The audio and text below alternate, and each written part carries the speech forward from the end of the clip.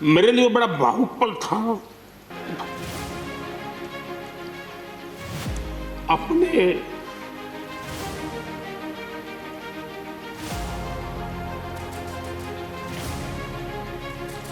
परिवार के सदस्य की चिंता करें,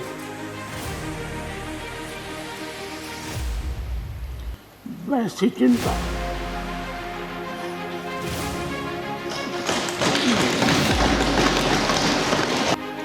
एयरपोर्ट से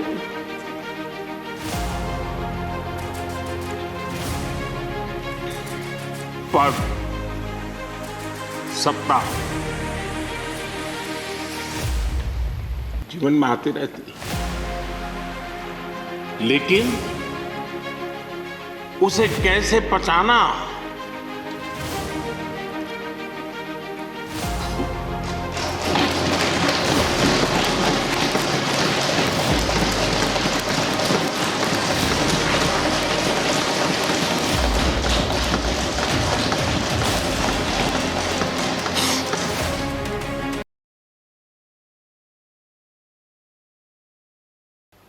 मुझे याद है इस कोरोना काल में मैं एक फ्लोर लीडर्स की मीटिंग कर रहा था, तो उसी दिन गुलाम नबी जी का फोन आया। तो मोदी जी ये तो ठीक है आप करते हैं, लेकिन आप एक काम कीजिए, सभी पार्टी लीडर्स की मीटिंग जरूर बुलाइए। मुझे अच्छा लगा कि उन्होंने पार्टी लीडर्स के साथ, सभी पार्टी अध्यक्षों के साथ बैठने का मुझे सुझाव दिया, और मैंने उस मीटिंग को किया भी। वो गुलाम नबी जी के सुझाव पर किया था, और मुझे कहने में, यानी इस प्रकार का संपर्क, और उसका मूल कारण है कि उनको दोनों तरफ का अनुभव रहा है, सत्ता दल का भी और विपक्ष का। 28 साल कार्यकाल, ये अपने आप में बहुत बड़ी बात होती है। बहुत साल पहले की बात है, शायद अटल जी की सरकार होगी, मुझे याद नहीं रहा। मैं यहाँ सदन में किसी काम से आया था, मैं तो तब राजनीति में नहीं था, यानी ये इलेक्टोरल पॉलिटिक्स में नहीं था, मैं संगठन का काम करता था। तो मैं और गुलाम नबी जी ऐसे ही लॉबी में गप्पे मार रहे थे। अब जैसा पत्रकारों का स्वभाव रहता है, बराबर नज़र लगाए बैठे थे कि ये दोनों का मेल कैसे हो सकता है। हम हंसी खुशी से बातें कर रहे थे, तो हम जैसे ही निकले तो पत्रकारों ने घेर लिया। गुलाम नबी जी ने बहुत बढ़िया जवाब दिया था, वो जवाब हम लोगों के लिए बहुत काम आने वाला है। उन्होंने कहा, भाई देखिए, आप लोग हमको अखबारों में या टीवी माध्यमों में या पब्लिक मीटिंग में लड़ते झगड़ के देखते हो, लेकिन सचमुच में इस छत के नीचे हम जैसे एक परिवार का वातावरण कहीं नहीं होता है। इतनी हमारी आत्महत्या होती है, इतने सुख दुख होते हैं। ये जो स्पिरिट है, वो स्पिरिट अपने आप में बहुत बड़ी बात होती है। गुलाम नबी जी का एक शौक शायद बहुत कम लोगों को पता होगा, और कभी उनके साथ बैठोगे तो बताएंगे। हम सरकारी बंगलों में रहते हैं, तो बंगले की दीवारें, अपना सोफा सेट, उसी के आसपास हमारा दिमाग रहता है। लेकिन गुलाम नबी जी ने उस बंगले में जो बगीचा बनाया है, यानी एक प्रकार से कश्मीर की घाटी की याद दिला दे, ऐसा बगीचा बनाया है। और इसका उनको गर्व भी है, वो समय देते हैं, नई नई चीज़ें जोड़ते हैं, और हर बार जब कंपटीशन होती है तो उनका बंगलो नंबर 1 ले आता है। यानी अपने सरकारी जगह को भी कितने प्यार से संभालना, यानी बिल्कुल मन से उन्होंने इसको संभाला है।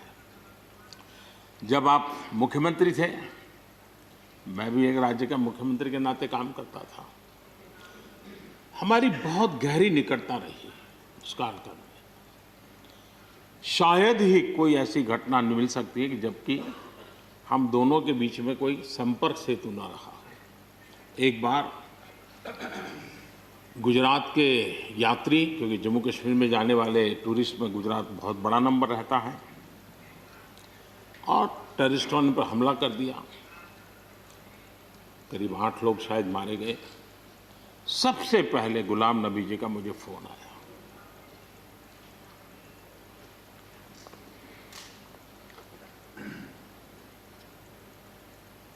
और वो फोन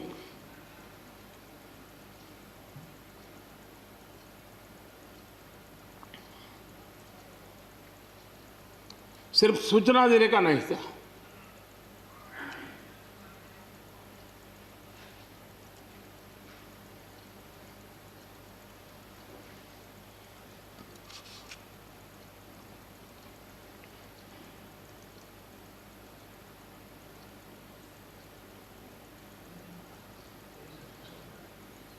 उनके आंसू रुक नहीं रहे थे। फोन पे उस समय प्रणब मुखर्जी साहब डिफेंस मिनिस्टर थे। मैंने उनको फ़ोन किया, मैंने कहा साहब अगर फोर्स का हवाई जहाज़ मिल जाए डेड बॉडी को लाने के लिए। रात देर हो गई थी। प्रणब मुखर्जी साहब ने कहा आप चिंता मत कीजिए, मैं करता हूँ व्यवस्था। लेकिन रात में फिर गुलाम नबी जी का फोन आया। वे एयरपोर्ट थे।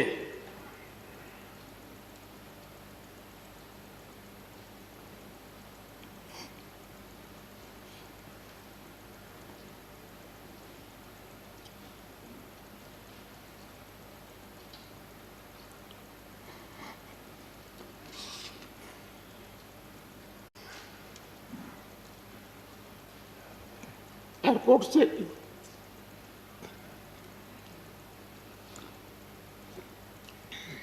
उन्होंने मुझे फोन किया और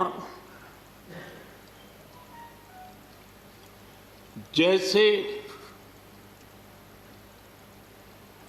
अपने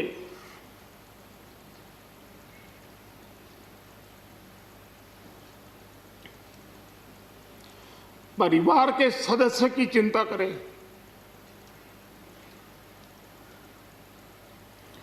वैसी चिंता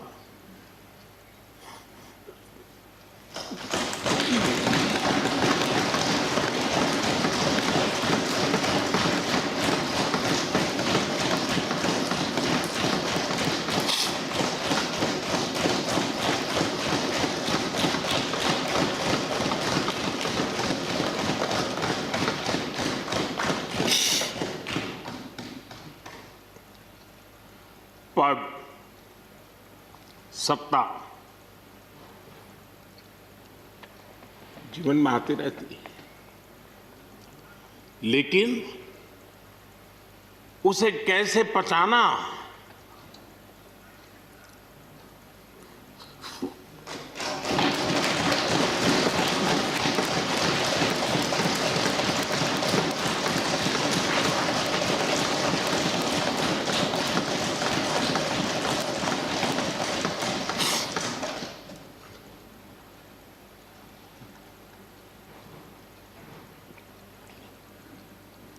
मेरे लिए बड़ा भावुक पल था।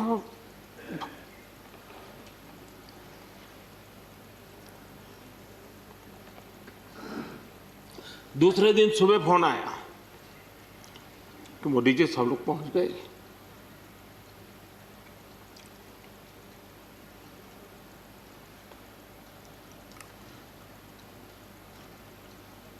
इसलिए एक मित्र के रूप में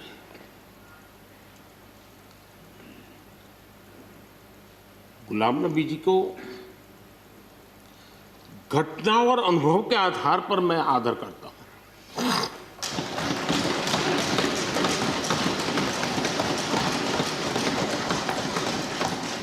और मुझे पूरा विश्वास है कि उनकी सौम्यता, उनकी नम्रता, इस देश के लिए कुछ कर गुजरने की उनकी कामना, वो कभी उनको चैन से बैठने नहीं देगी।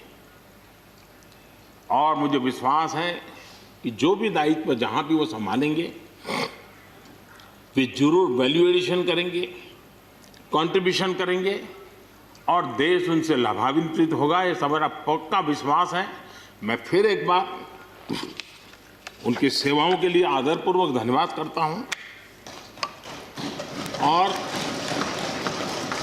व्यक्तिगत रूप से भी मेरा उनसे आग्रह रहेगा कि मन से मत मानो कि अब आप इस सदन में नहीं हो।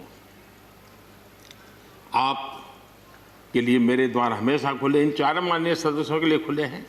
आपके विचार, आपके सुझाव, क्योंकि देश में सब बहुत ज़रूरी होता है, ये अनुभव बहुत काम आता है, मुझे मिलता रहेगा, ये अपेक्षा मैं रखता ही रहूँगा। आपको मैं निवृत्त होने नहीं दूंगा। फिर एक बार बहुत शुभकामनाएं, धन्यवाद।